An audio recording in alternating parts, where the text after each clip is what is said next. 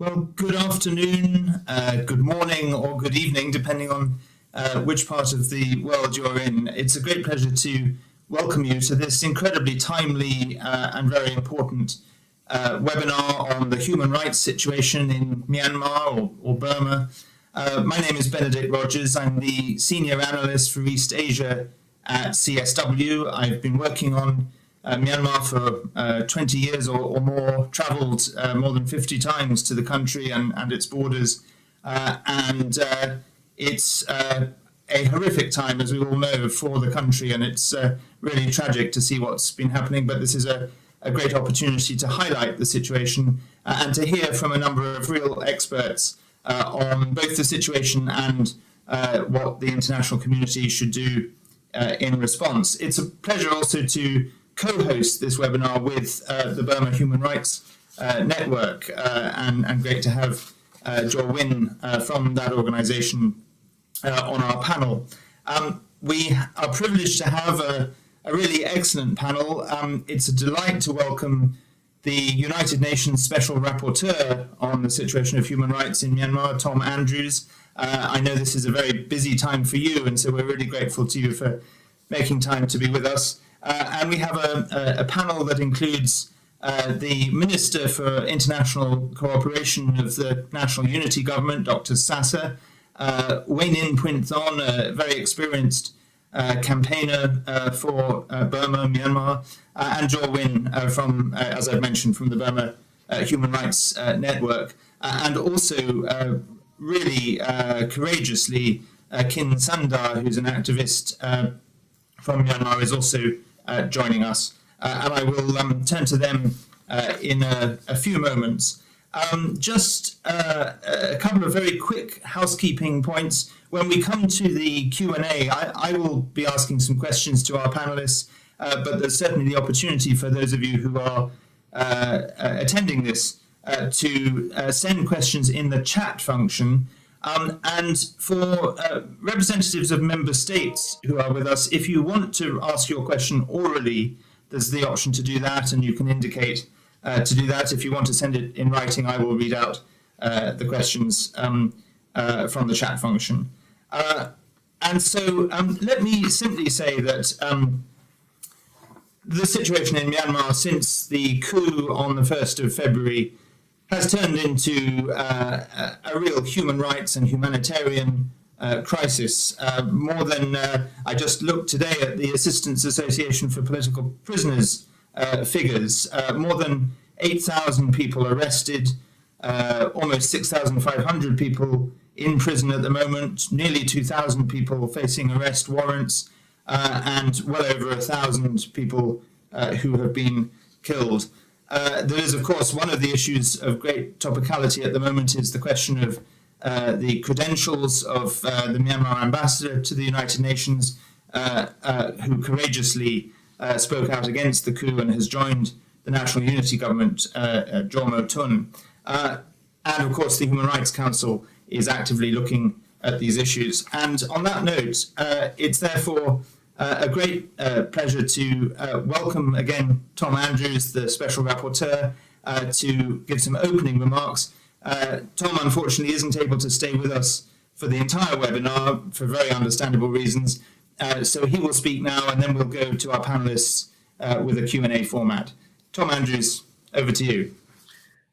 Thank you so much, Ben, and thank you, Christian Solidarity Worldwide and Burma Human Rights Network, for the important work that you do and for hosting this important and very timely session, and for the invitation and opportunity to join you. It really is an honor to be part of a discussion about Myanmar and the challenges ahead. Next week, I will have the privilege of addressing the Human Rights Council, and I will tell them what each of you know only too well, that since my last report, conditions in Myanmar have worsened. The number of people murdered, tortured, arbitrarily detained, or forcibly displaced by the junta continue to rise, as do the systematic attacks on fundamental rights. And just when you think the junta's tactics could not become any more despicable, they are now taking more and more family members hostage, including very young children, when its forces are unable to find those without standing arrest warrants. But the hosts, panelists, and I am sure that most participants are fully aware of this. I know because I've had the privilege of working with and learning from so many of you, and I am deeply grateful for all that you do, including all of the ways that you help me to do my job. I believe that one of the most critical challenges ahead, particularly with the plague lights of international media attention largely turned off of Myanmar, is that the world knows the truth about Myanmar, and that the governments know that Myanmar matters, and that it is critical that the international community not only make statements, but take action. When I last addressed the Human Rights Council, I said that future generations may look back upon this moment and ask, did the people and nations of the world do all that they reasonably could to help the people of Myanmar in their hour of great peril and need? I told the council that I was afraid that the honest answer to that question was no, that the international community was failing the people of Myanmar. I deeply regret to say that in my view, this reality has not changed. So given this reality, how can we meet the challenges ahead? Well, first and foremost, the people of Myanmar continue to exhibit extraordinary courage and tenacity and commitment to do whatever it takes to save their country. I have been deeply honored to speak with and learn from them. Many take extraordinary risks to provide me with what informs my reports and recommendations to the United Nations. The fate of Myanmar is in their hands, but to succeed, they need a greater level of support from the international community, and they need it before it's too late. Many have lost hope that the help that is needed will not be forthcoming. So we have seen the formation of local defense forces, and the National Unity Government has responded by declaring war on the junta and its military. I understand these actions. But clearly on this course, the junta will continue its use of grossly disproportionate force, and more innocent people will be killed or injured, including the very young. It is why the international community must make Myanmar a priority and take serious, sustained action to address a crisis that can easily become exponentially worse.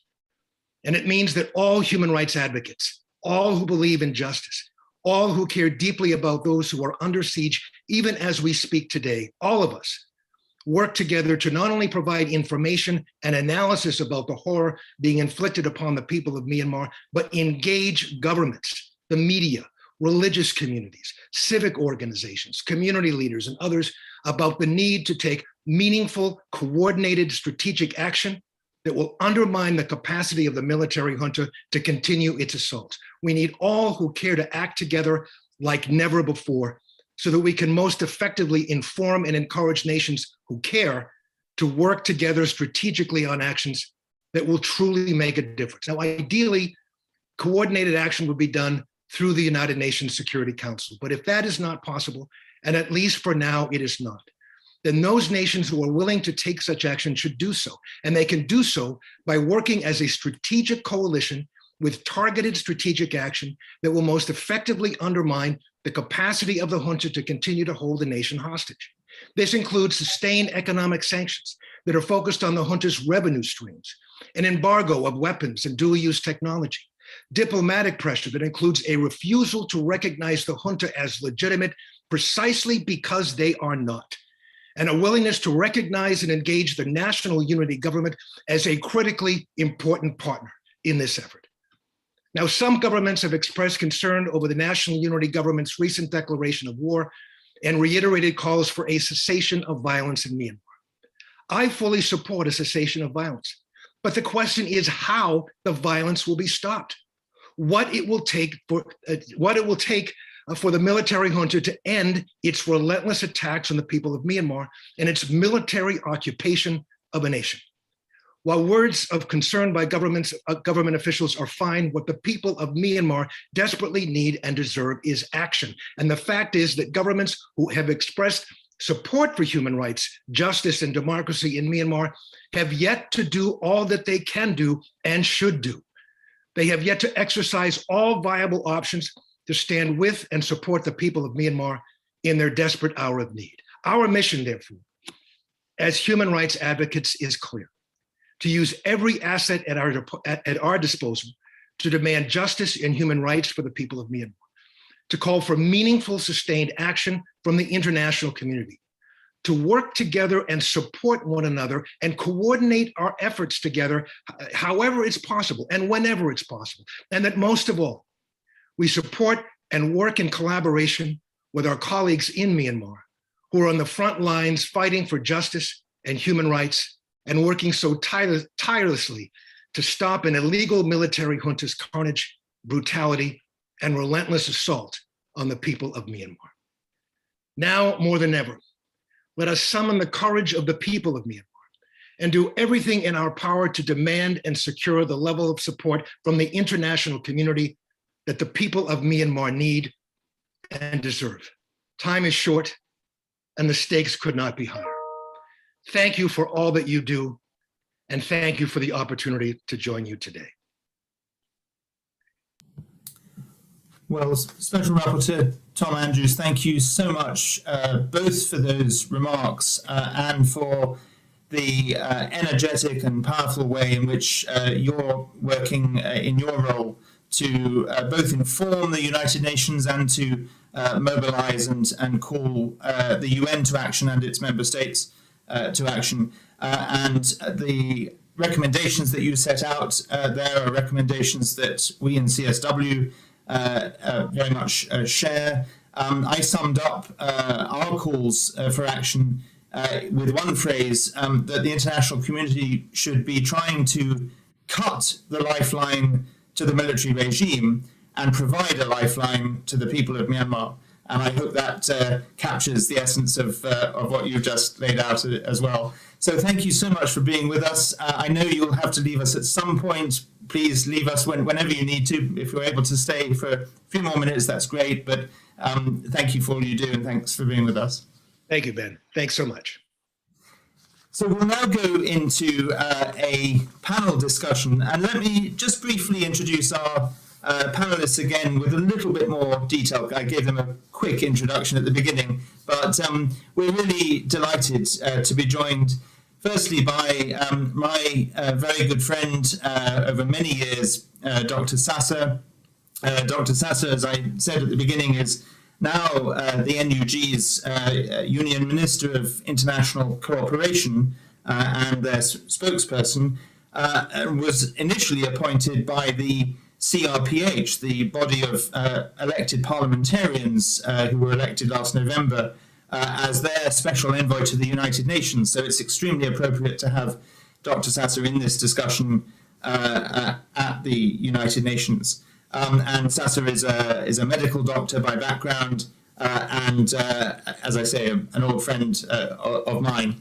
I'm delighted also to welcome another good friend of mine, Weinin Puinthon, who is the Senior Advocacy Officer for Burma Campaign UK, previously worked as well with Amnesty International, and she is the daughter of Komya A, who has been sentenced once again to prison after already having served many years in jail in the past. So Weinin, thank you so much for being with us.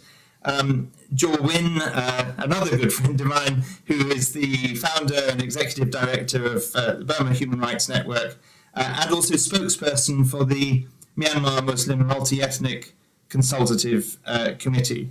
And he does so much to bring, with his team at BHON, to bring the truth of what's happening in Myanmar or Burma to the international community's attention. And a special thank you once again to Kin Sandar, who is an activist, a member of the General Strike Coordination body in Myanmar, and her joining us today is particularly courageous. So let me start with a first question, which I won't put every question to every panelist. I'll direct them to some of you. So an opening question, which perhaps Weinin, you might like to start on, Kin Sandar and Jo Win to add to. What do you perceive to be some of the biggest human rights challenges facing particularly religious and ethnic minorities in Myanmar since the 1st of February coup? Weinin, do you want to kick off? Thank you very much, Ben, and thank you very much for having me here. Since the military staged the coup on 1st of February, we have seen the brutality and atrocities committed by the Burmese military, and the situation of human rights and humanitarian crisis in the country is getting worse every day. Every day, we see people being arrested and killed. But unfortunately, these situations are nothing new for ethnic minorities in Burma, because it's been going on for many decades. And even in the past 10 years, when we had the reform process in the country, ethnic people in Burma haven't seen any, or didn't have any gain from these reform process. When the military was introducing reforms in city areas and releasing high-profile political prisoners like Aung San Suu Kyi or my dad, ethnic people in their ethnic areas were being attacked by the military every day. They were being displaced by the military attacks. So these people are already in vulnerable situation, and now the situation is getting even worse because the attack continues and the military is escalating their attacks against the ethnic minority. Fighter jets are bombing their villages and their homes. So the number of internally displaced people in the ethnic area is growing every day. And on top of that, we have COVID pandemic. And on top of that, activists from city areas are escaping arrest and joining IDPs in ethnic areas as well. So they have no shelter, they have no medicines or other essentials that they need to survive. So, ethnic people have felt that in the past 10 years, the international community have failed them. And now they are in even more desperate situation. And on top of all the human rights crisis that we have been going on, they need more support than ever. And people in Burma, if we look at it, we're no longer calling for just simple democracy. We are calling for an inclusive model of federal democracy with equal rights, regardless of our ethnicity, religions, or sexual orientation. So that call need to be supported by the international community, because people inside the country are doing everything they can every day, going out protesting and risking their lives, and they're asking for support. And as the special reporter said, the international response has been frustratingly slow. And we were encouraged by the statements of concerns, but we have passed that point now. What we need is actual, concrete, effective action. So we hope that our concerns and our calls are supported by the UN and the international community. And we hope that happens soon, because we are in a desperate situation. Thank you. Thank you so much, Wen-in. Kin Sendar, would you like to comment on this question? Yeah, thank you. Thank you for having me. For some reason, I would want to open my video.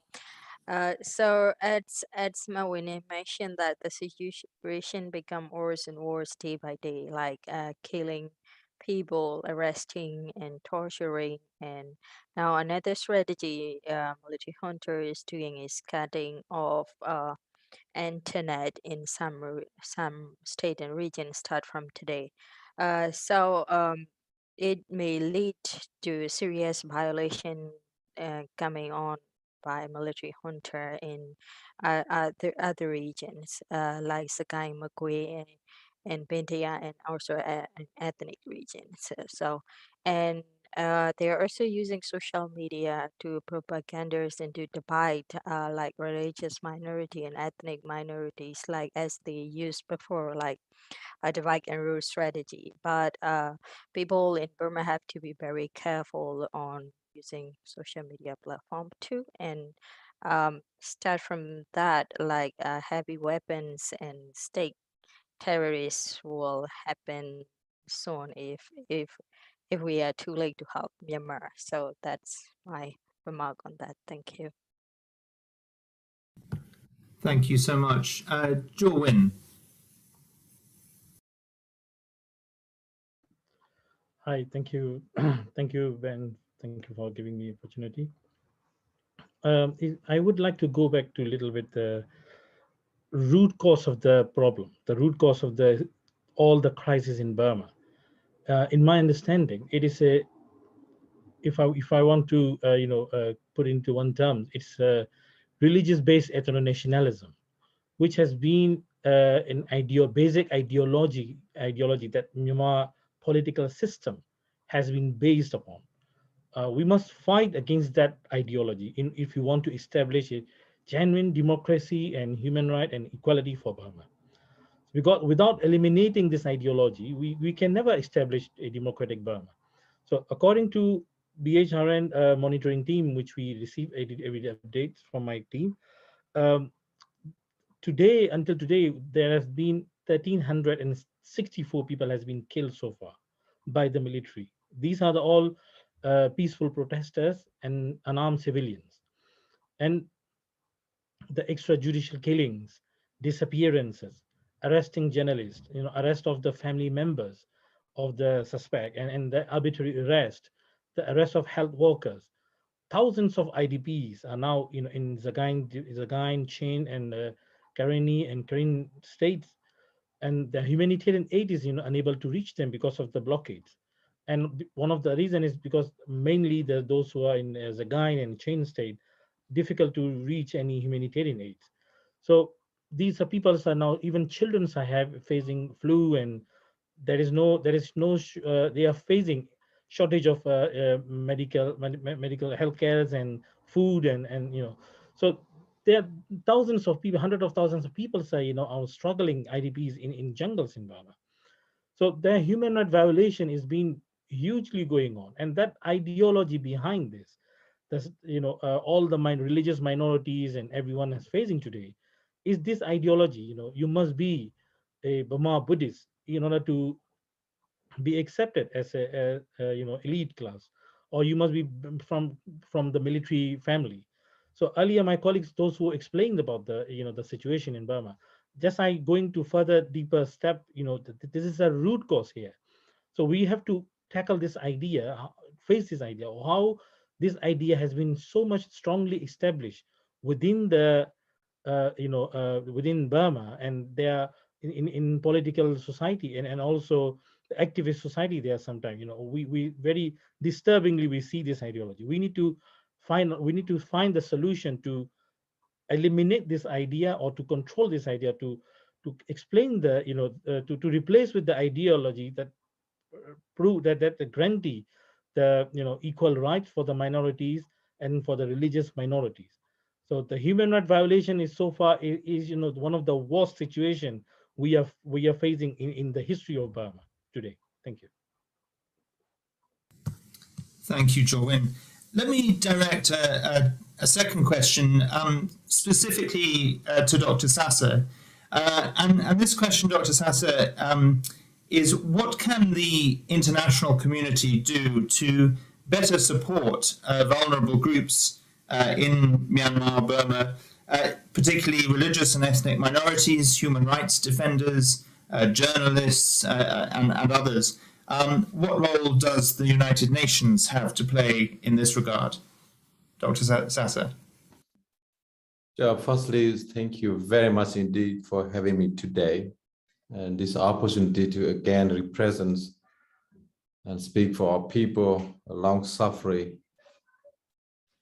And thank you for the questions. And I just like to begin for say that there's firstly, we are facing genocidal military regime in Myanmar. We are facing everyday crime against humanity and atrocities. And that the suffering, pain, and destructions by the military junta, who have clearly stated, clear and loud to the nation and to the world by declaring war against the people of Myanmar. By doing so, they're using battlefield weapons, not just bombs or guns or fighter jets. Their weapons include disease, torture, forced labor, intimidations, arrest warrants, name it, everything. All those are their weapons. As a result, over the last 6 months, we have received several thousands of emails, which have 150,000 email documenting crime against humanity carried out by the military, and 310,000 video and photos to back up the crime against humanity committed by the military junta. International human rights lawyer currently opening 427 strong cases on behalf of 28,005 victims of the military service violations of human rights. Plus, as you earlier say, we have seen more than 1,088 as we speak, civilian, men, women, and children being killed, slaughtered, and cooled blood by the military junta. More than 8,000 people have been arrested illegally. And as this is not new in Myanmar history. Right from 1947, this same type of military killed General Aung San and other 10 martyrs of the nation. And the outburst of violence happened in 1962 and 1972 and 1988, 1997 and 2007 and 2017 and now 2021. This is the repetitions of the crime against humanity and atrocities that has been the history of Myanmar for the last 74 years. These are the same military generals who have begun their act of terrorism against the people of Myanmar right from the beginning of our pre-independence. And as an effort, COVID-19 pandemic is happening. At the same time, the junta military regime in Myanmar murdered at least 27 medical personnel and detained more than 600 medical personnel, and regularly attacking medical facilities and stealing precious medical supplies and occupying our hospitals, our schools, our churches, our community centers, storing a battlefield weapon to attack the people. This is what is happening in our country. If there was no military coup, we could have vaccinated 30% of our populations by now. But the people of Myanmar are being forced to die to COVID-19 under the hands of the military junta. So the point is here, why the international community has been in action, seeing this crime against humanity, atrocities, ethnic cleansings happening again and again in the land of Myanmar. Over 4 months have passed since ASEAN 5 points was reached by consensus, but no results is found on the ground.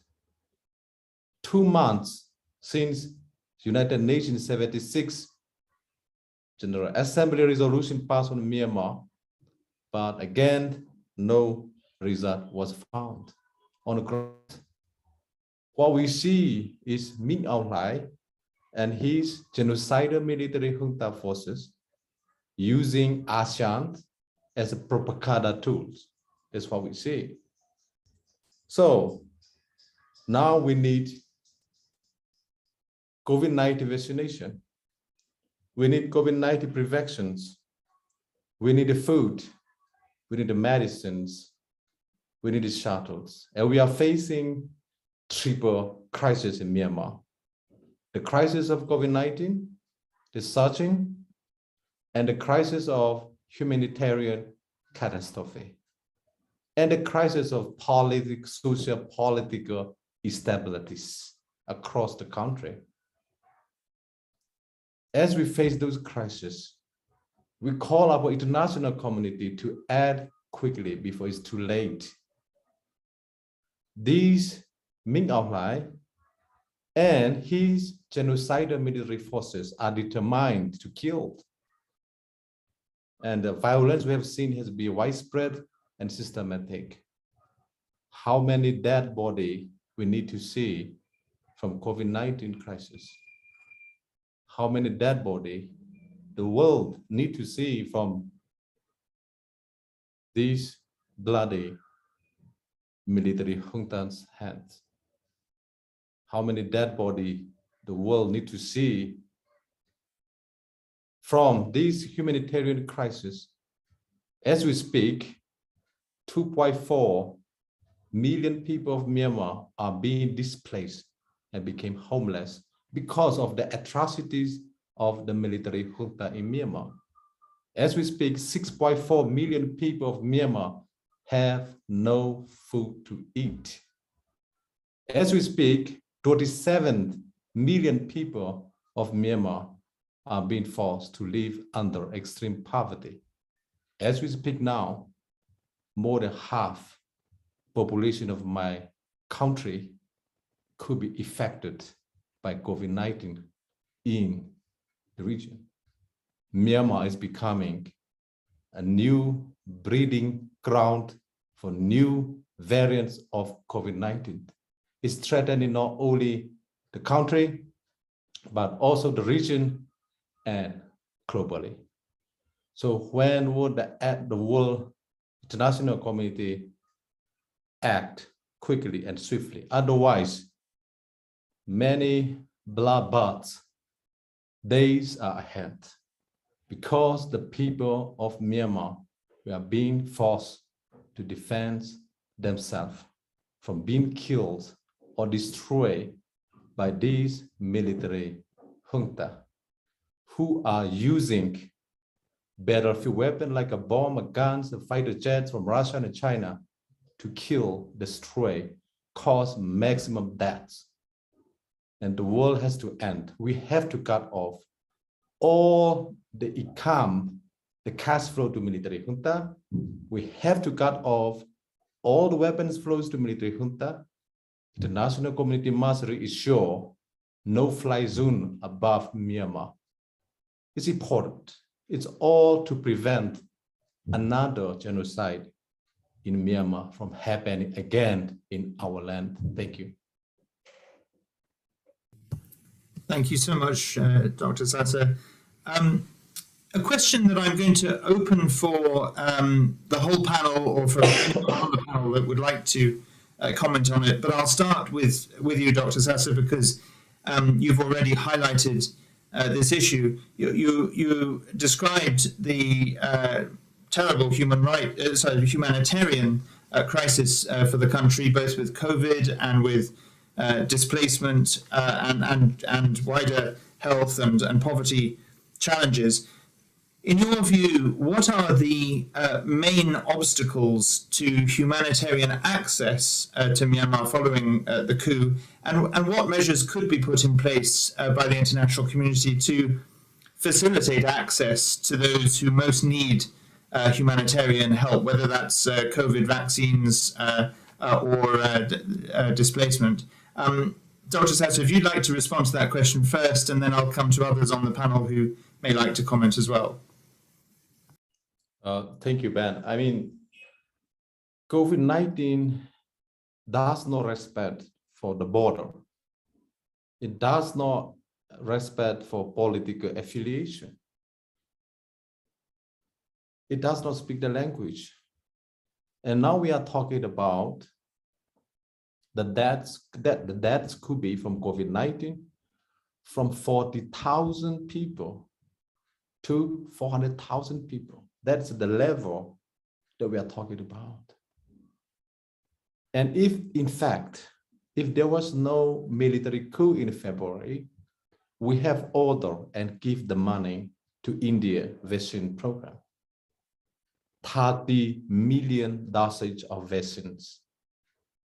Our aim was to vaccinate our people by April of this year. A long time ago. And in fact, Myanmar was the first country that started COVID-19 vaccination program. And now this military junta,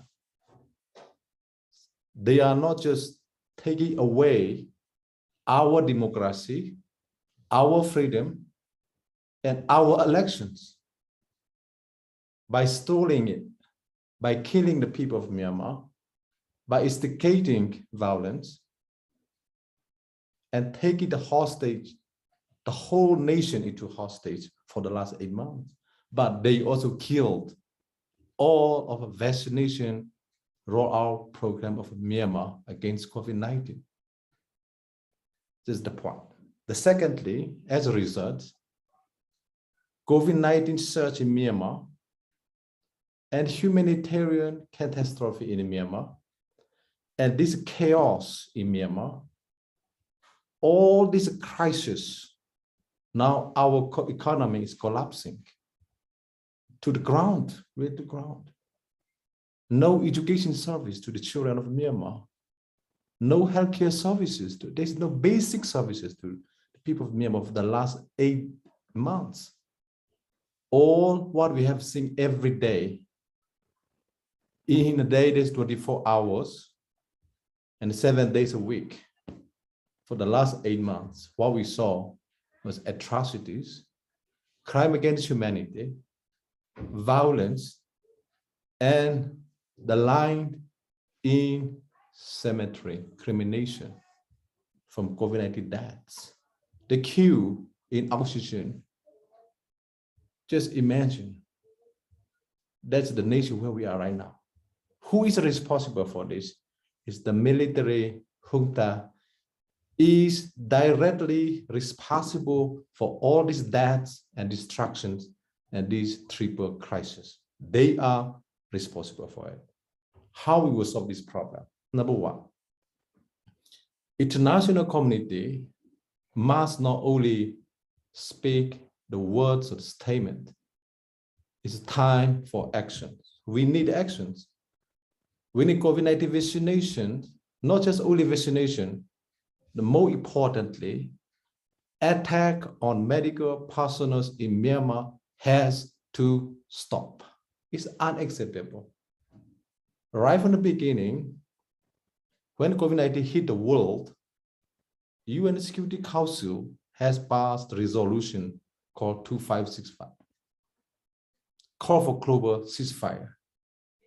When the rest of the world are attacking COVID-19 and protecting the world, human being in the world from COVID-19. In Myanmar, it's opposite. The military junta attacking medical personnel is unacceptable. It's utterly unacceptable. It's inhuman. It's beyond of crime against humanity. It's beyond of it. So what we have to do, we need to reassure the protections and the security for our brave men and women on the ground who are attacking COVID-19.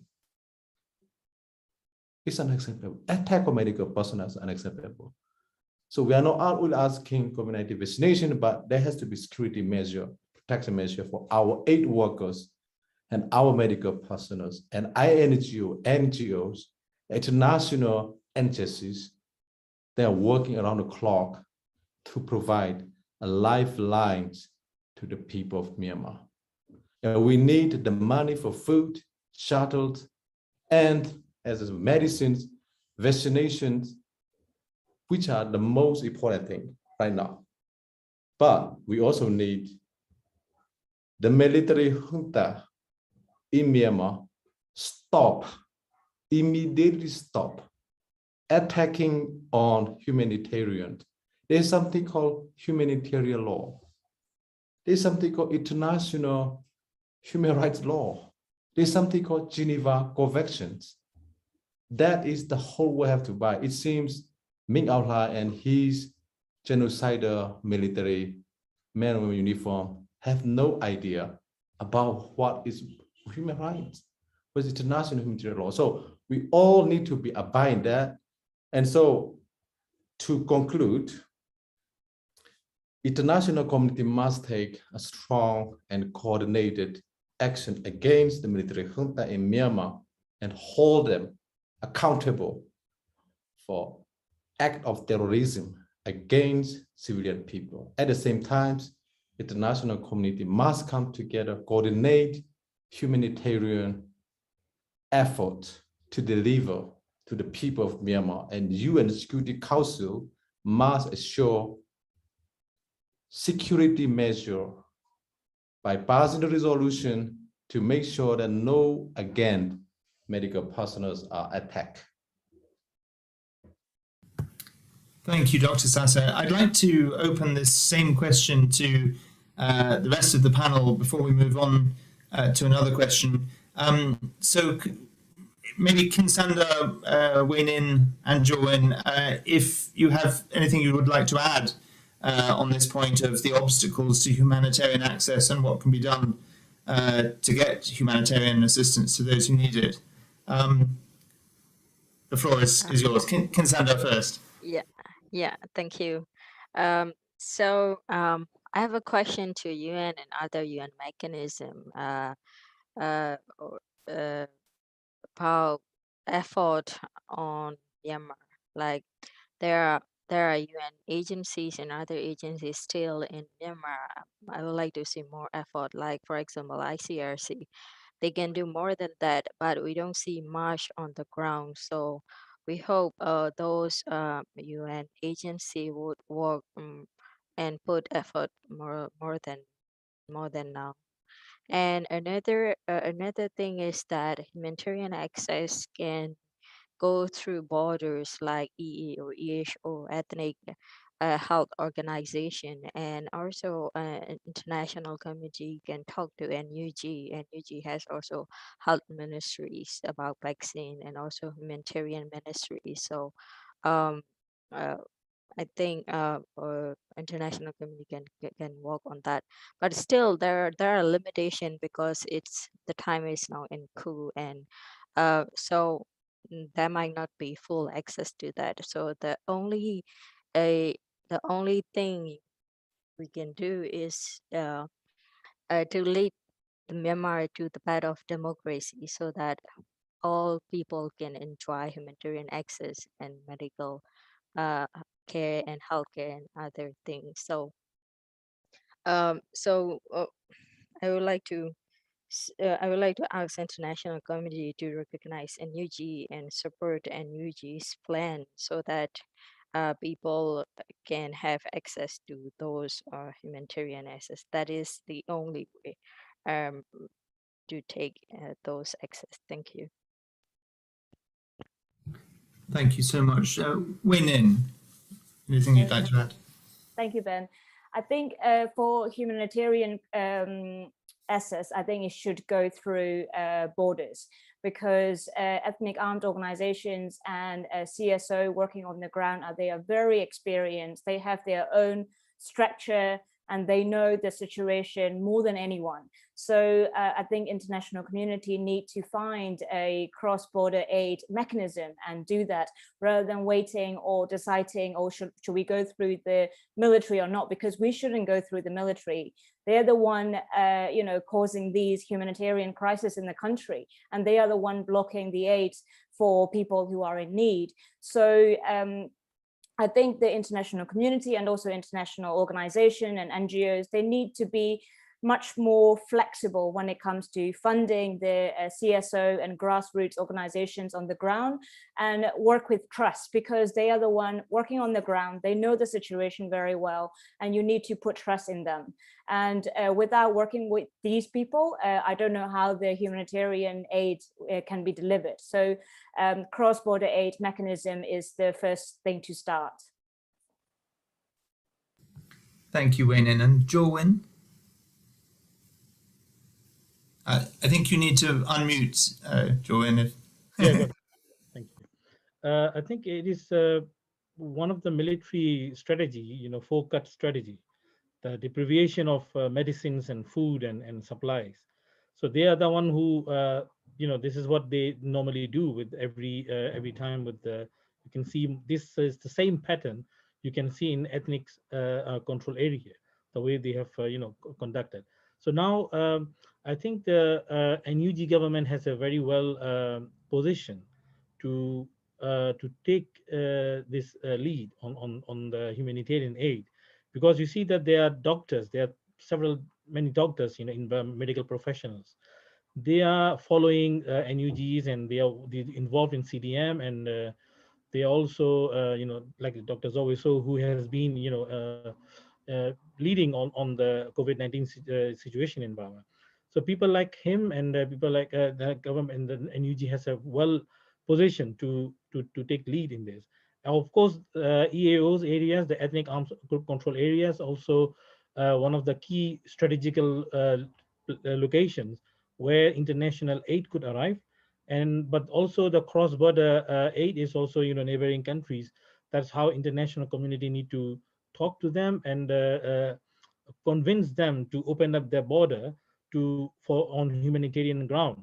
Uh, this is a very important point, that millions of lives now at the stake because of the COVID-19 situation, as well as because of the military. As you see, last couple of months, that was, as Dr. Sasa earlier explained, that time was extremely dangerous for people of Burma. Every day we lost someone from our families, from our relatives, from our neighbors. you know the military has, they what forget about the, they're going to help people. They are arresting the doctors, they were detaining the doctors and medical professionals, those who are, involved in CDM, and then they come back, they try to help the people. They've been trapped, they've been called, they fake phone call and then trap arrest at the for some medical professional in a few areas. So that the way they try to, disrupt the situation and capitalizing the situation. So even the worst scenario is, we people has been queuing for the oxygens, and they've been arrested. So this is all, we have people in Burma have faced like that, and this shouldn't happen, because of the military. They only care for their power and their authorities, and to, so we must, international community, there is an international law, as Dr. Sasa earlier said. There is in humanitarian law, we have to practice, or we have to, international community need to demand from the military or all the parties in Burma, because humanitarian aid is something nobody can block, nobody can deny that.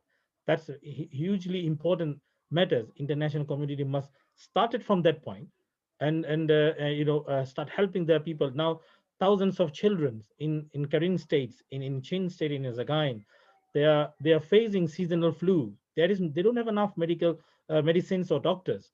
So these innocent children, they shouldn't suffer what they are suffering now. It is our duty, the duty for all mankind here. We have to stand up for them, and we need to do our best to. And this is the opportunity for international community, especially UN member states. We need to put pressure. We need to do something. This is not the time for concern and publishing a statement is gone now. It's over now. This is a time of action. The people live, millions of lives are at the stake now. Thank you very much.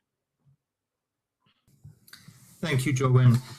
We come now to the last question in this format before we open it up to questions from our audience and participants. And this is an important question, which I'm going to direct first to Dr. Sasa and then to Jorwin to comment on. Challenges for Myanmar are not only found within the country of Myanmar. There are also growing concerns about the military regime's attempts to legitimize its control of Myanmar, particularly through the question of accreditation at the United Nations. And of course, today the Credentials Committee will be announced, and we'll know who's on that committee and what the process is from there on. But in your view, what are the main challenges at the Credentials Committee likely to be, and indeed at the General Assembly, on this question of who is accredited, and what's the main scenario, outcome, and potential consequences once the question of credentials has been decided. So Dr. Sasa first, and then Jorwin. Thank you, Ben. Firstly, legitimacy is not made by United Nations. It comes from the people of Myanmar. That is, the origination of legitimacy is from the people of Myanmar. In the way the people of Myanmar has gave us the mandate to represent them and the country. That is clear and loud. Secondly, the military junta in Myanmar are, number one, all they have done from 1st of February till today is they have just killed 1,088 men and women and children. How can that represent the people of Myanmar in international stage? The killer cannot be a representative to us. That is not going to be normalized or accepted. Secondly, all they have done from 1st of February till today is a crime against humanity, atrocities, and pain and suffering, death, destructions. That is not who we are. We will never allow this murderous regime to represent the people and the country of Myanmar. That's clear. Secondly, the scenario can be, number one, this military junta will be blocked to go inside of United Nations to represent the people and the country of Myanmar. That is the first scenario. There's almost 100% sure that will not happen. That will happen. That these military junta will be blocked, will not be allowed to represent us ever, never. Second scenario is, as we are, facts and true, so a representative of the people of Myanmar, the country, national unity government. It's the first time in the history of Myanmar that we have a national unity government, which comprises of elected member of parliament by the people of Myanmar, for the people of Myanmar, and our ethnic arms organizations, and grassroots civil society organizations, and political parties, ethnic leaders. Yeah, we are inclusive, as inclusive possible in NUG. And international community must see this opportunity.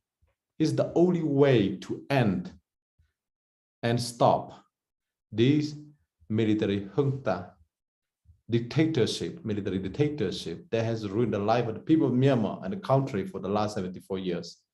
It's the best time to end this military dictatorship in Myanmar once for all, and build and write federal democratic constitution of Myanmar that based on federal democratic principles. The constitution there will be belong to the people of Myanmar, for the people of Myanmar for many generations to come, and begin to build federal democratic union of Myanmar for all the people of Myanmar, regardless of race, religions, culture, ethnicities, and background, and gender. It's the best chance by United Nations to help and support that happen for many generations to come. That is second scenario.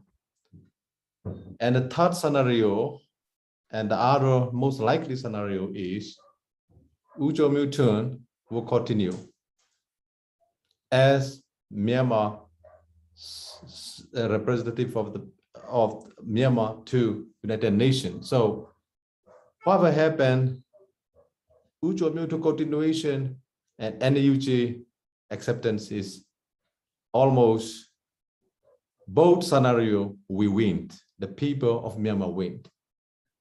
That is what can happen. So I have also made a clear line here under the public international law, why NUG met all the criteria and it complies with. I just like to go a little bit through these few minutes, if you allow me, please. Here, first is de facto control over territory of Myanmar. And NUG complies with relevant criteria.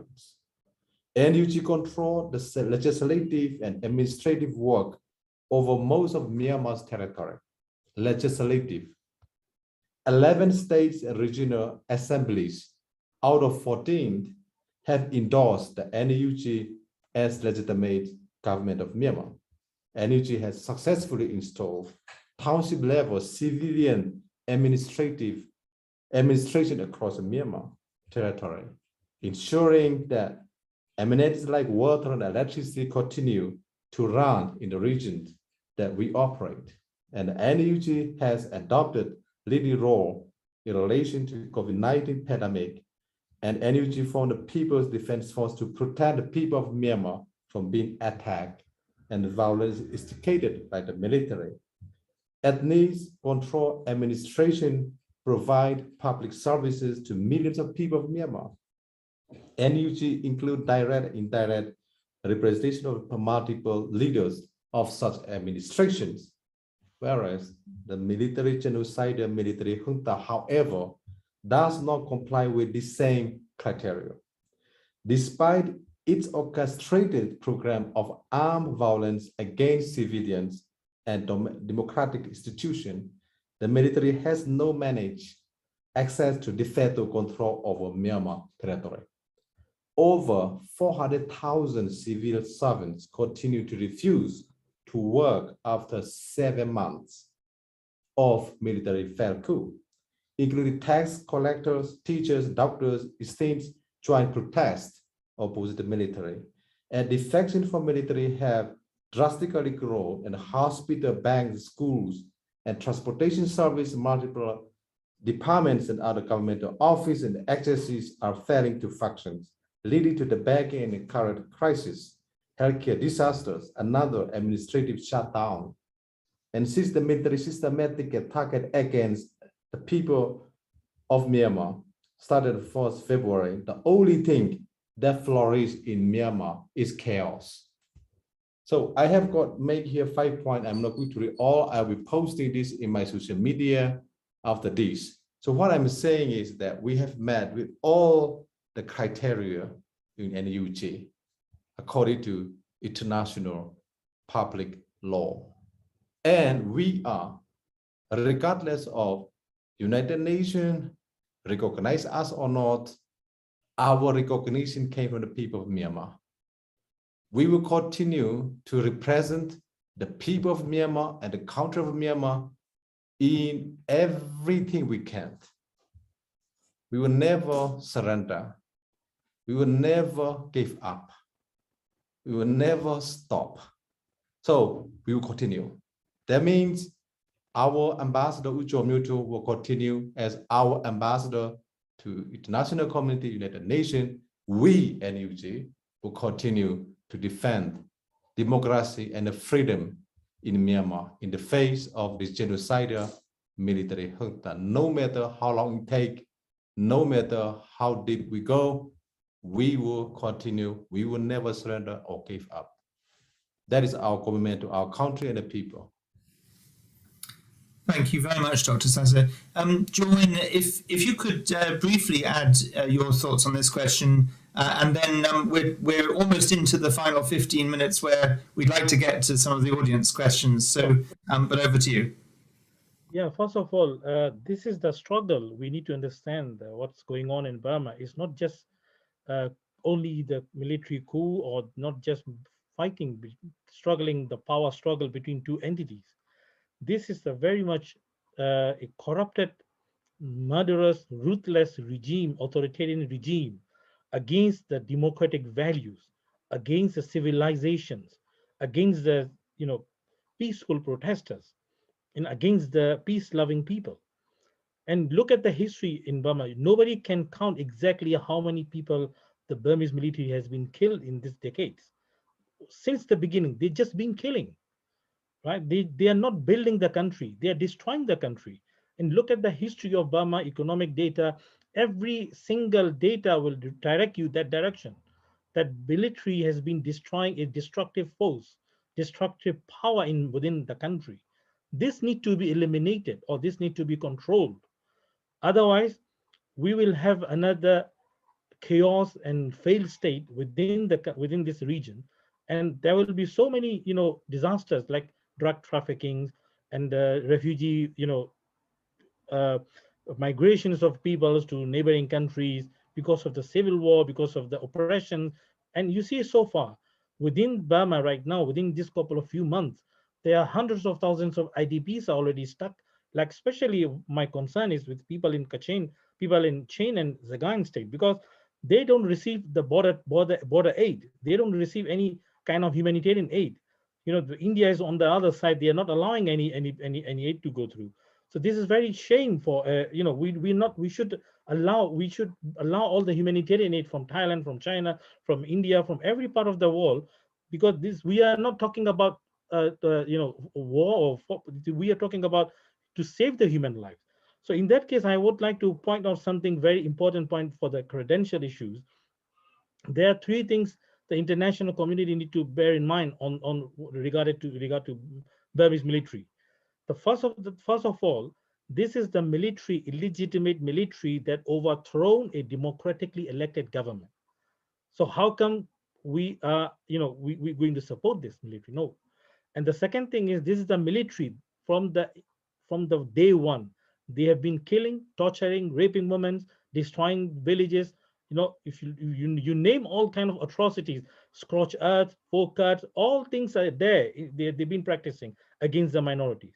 And the third thing, this is the same military, the same general who committed genocide against the Rohingya Muslim in 2017, according to UN fact-finding mission. So UN and other member state must be understand that. How could this is a founding principle of UN to save the people life, not allowing to use that platform a mass murderer to commit genocide, to commit crime against humanity.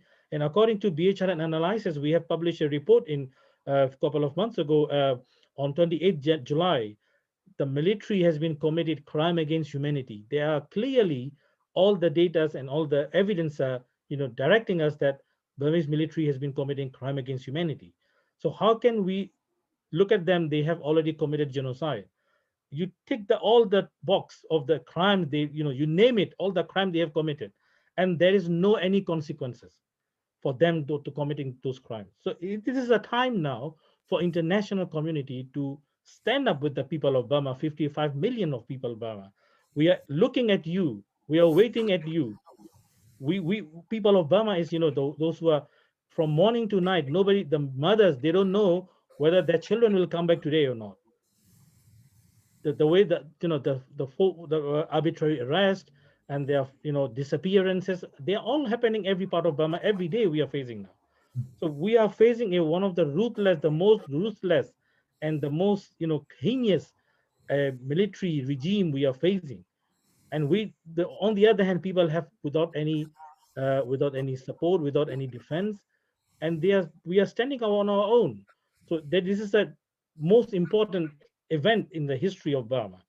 We are facing one of the highest rates of human rights violation and the atrocities across Burma, and nobody knows, tomorrow we'll see, or especially youth now, they're targeting on youth, and now you see, from today there are many areas they cut down the internet connections, and during the pandemic, it is important that you have all the resources and facilities to counter the pandemic and to save people life, but it is not happening in Burma.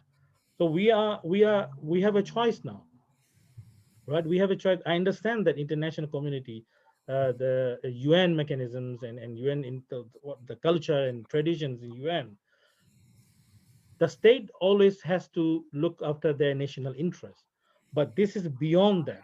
The reason is this is a humanity. We are talking about the humanity. We are not talking about the one state interest or the, this is a much bigger than that. So we must not allow, we must not breach the founding principle of UN and violating the UN Charter and allowing this military to continue the crime against humanity and genocide in Burma. Thank you very much. Thank you very much, Jolwyn.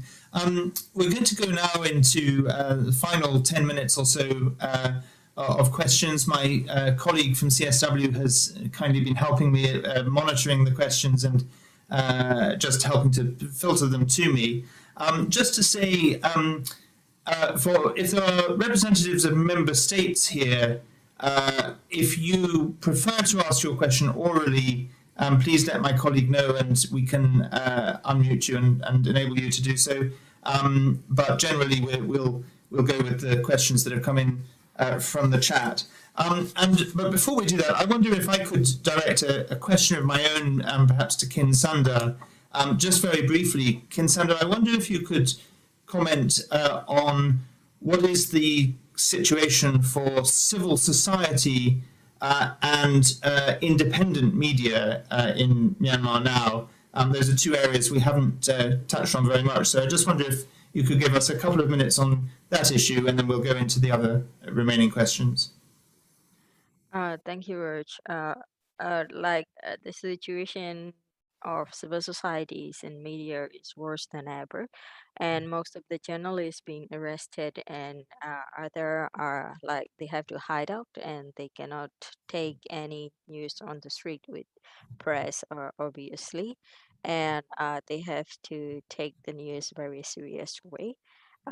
For civil societies, the military junta is checking the list of civil society they being engaged, so they are checking their office. So most of the civil society organizers, they couldn't work and they couldn't extend their contract and sort of things. And not only those, but it's also like voluntary groups, like volunteer groups, like blood donation groups, that is organically formed by the township youth group or township based civil society. They cannot stand up on that in COVID-19 situation that wave last month, and there are some youth group, volunteering group, like they are queuing for oxygen tent to the positive patient, and they've been arrested by helping and by doing volunteer. So, and the ambulance, they cannot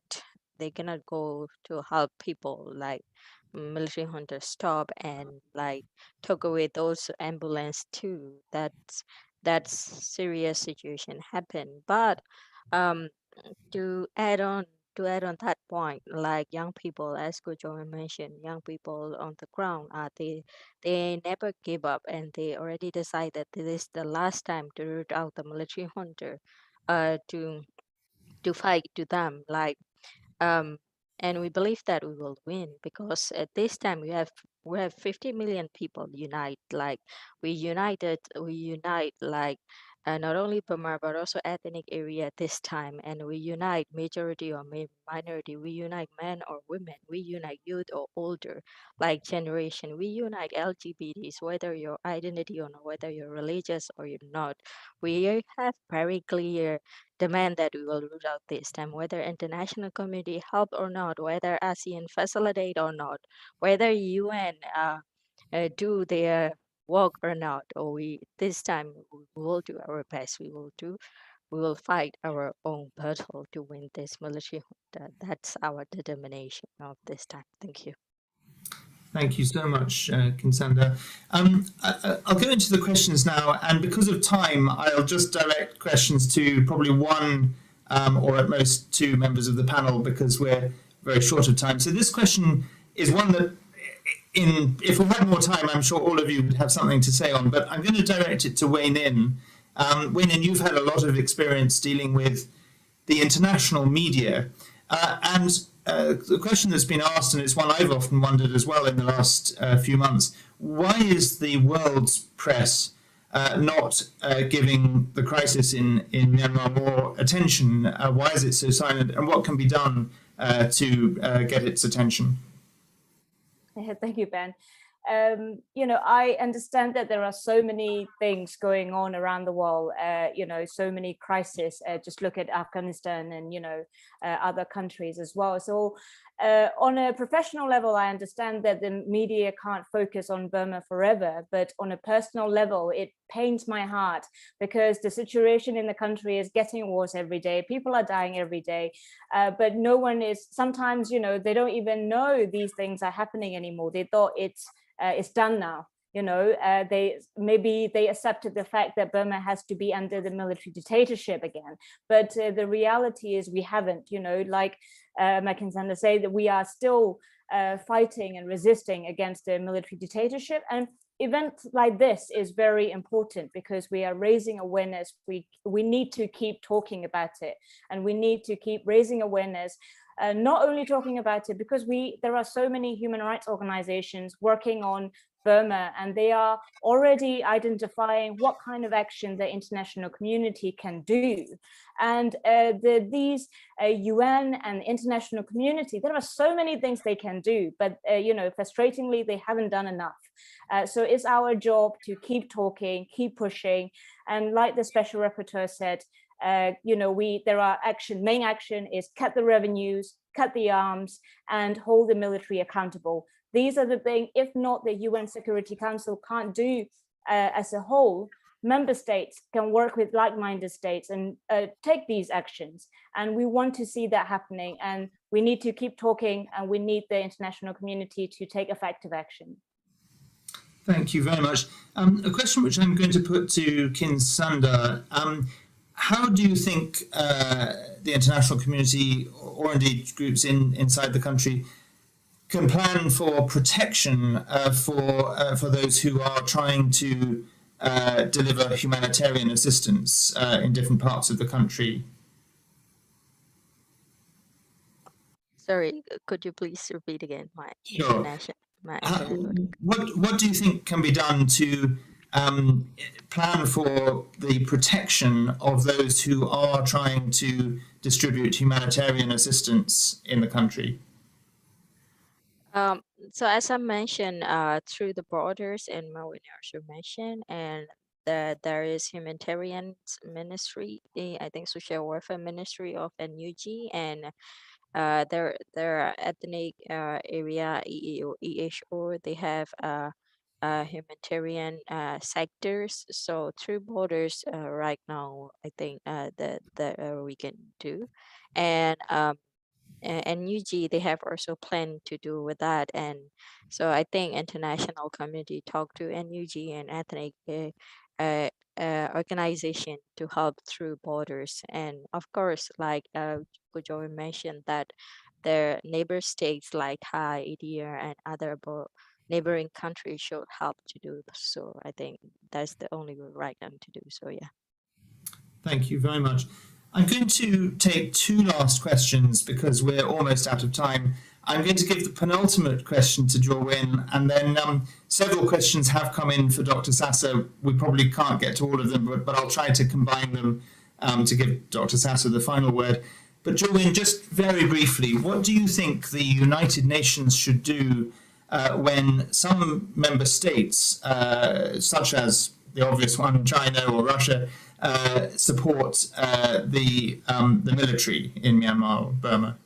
You see, Ben, this is the United Nations is the place where all world countries, they send their best diplomats to serve their interests.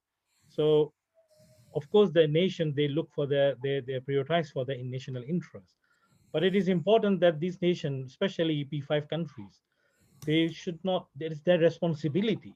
The most responsibility for them is to not allow any criminal regime to hijack a country and commit a genocide, a crime against humanity. And they cannot close their eyes for the benefit, for the interest, for their only national interest.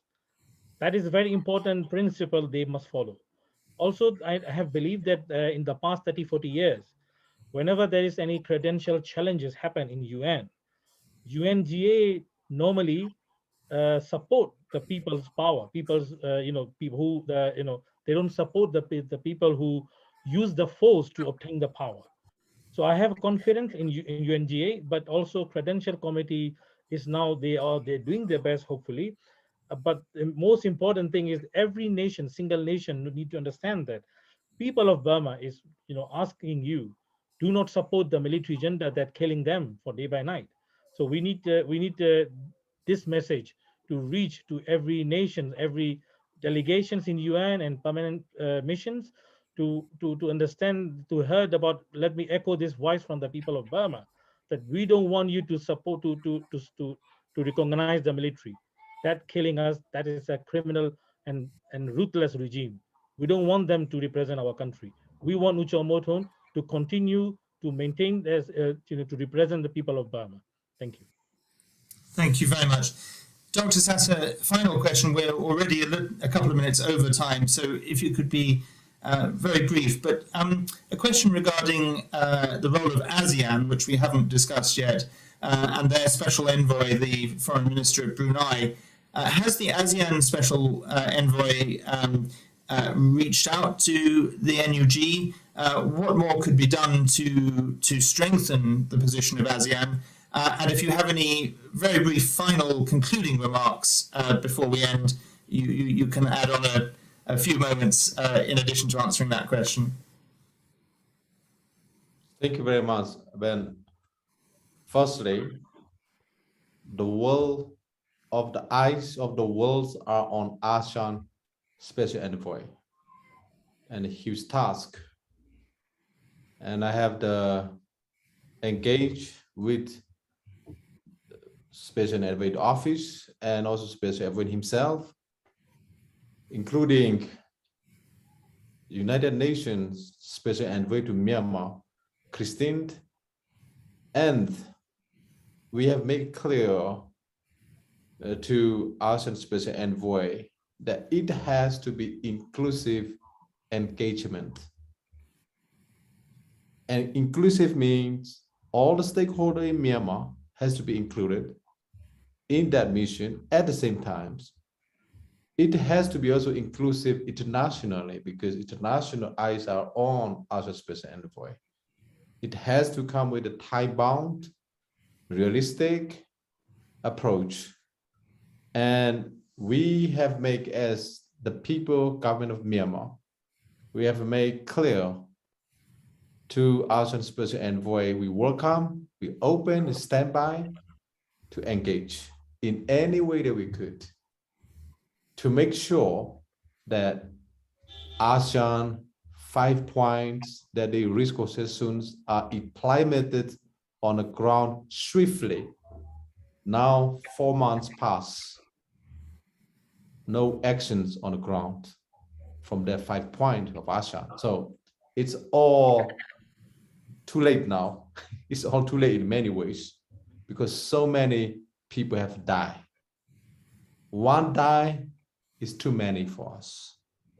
We can't allow that happen. So any discussions, any talk about the future of Myanmar must include the people of Myanmar. That is what we have made clear. And that has to be inclusive strategy, inclusive structure, inclusive engagement. Everything is done has to be inclusive at the same time with timetable, because the time is not in our sight. The people are dying to COVID-19 every day.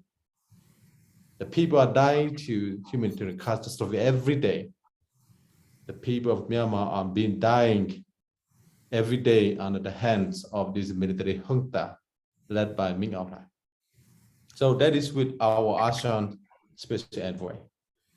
And final concluding remark, what I really like to say is, number one, international community must engage with National Unity Government of Myanmar as a sole representative for the people of Myanmar and the country of Myanmar. It's very, very important. Secondly, international community must acknowledge, support, and engage and recognize us without delay. There should not be any hallucination or hesitation because time isn't on our side. This is the only way to eradicate and end these crime against humanity, atrocities, ethnic cleansings, this injustice in the country. Once we end this military reign of terror against the people of Myanmar, once and for all, we will write our own constitution by the people, written by the people of Myanmar, for them, by them, based on federal democratic principles for all the people of Myanmar. And we will begin to build our future, the new future of Myanmar, called Federal Democratic Union of Myanmar for all the people of Myanmar. For us to do that, we need international community to support us as soon as possible. Third point, we need the support from international community is support for humanitarian crisis, support for COVID-19 crisis. Please help us to relieve and save the life from this humanitarian catastrophe and COVID-19 crisis in Myanmar. We need your help. We need the food, we need the shuttles, we need the medicines, we need the vaccinations. And as my colleague have clearly makes clear and loud, it has to be as much as possible border cross aid.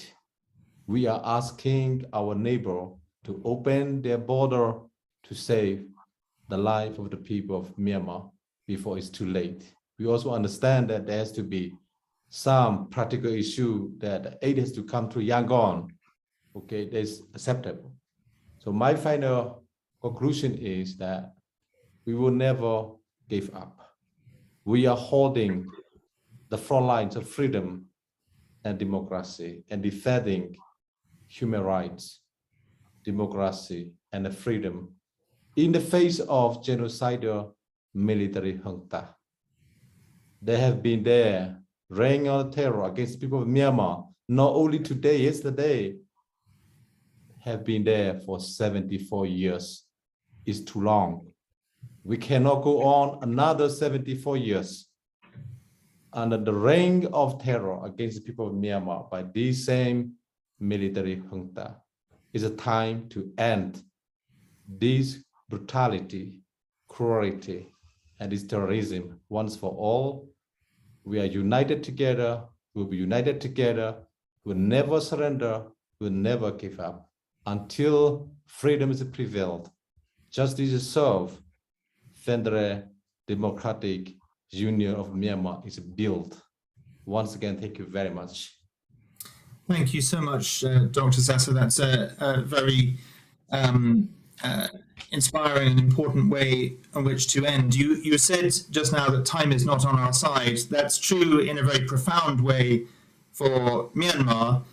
Sadly, it's also true for us in this webinar. I hope participants will understand why I did allow it to go on an extra 10 minutes. If we had many more hours, I'm sure we could have continued talking about these issues and what to do for many hours, but we have to bring things to a close here. Just to say, first of all, that I didn't say this at the beginning, but this webinar has been recorded and it will be released on our social media channels, YouTube, Facebook. So anyone who wants to refer to it, anyone who thinks of other people who weren't able to attend who might be interested in watching it, please feel free to share it widely. And so I think all that remains for me to do is firstly to thank everybody who attended this, who put in questions, who listened to our panel, and I hope that this will have been informative for you, particularly for member states at the UN, but also for interested people around the world. So thank you for attending, and a very big thank you to our very courageous panel, to Kin Sanda, to Wei Nin, Jo Win, and Dr. Sasser. Thank you so much for giving up your time to be with us today. Thank you for your courageous work, and let's continue this struggle remembering, as I said at the beginning, that our objectives should be to cut the lifelines to this illegal military regime and provide lifelines to the people of Myanmar. Thank you all very much. Thank you everyone from BHRN and for joining us Thank today. you. Thank you. 好呀，米。ရေးတော့ပုံအောင်ရပြီ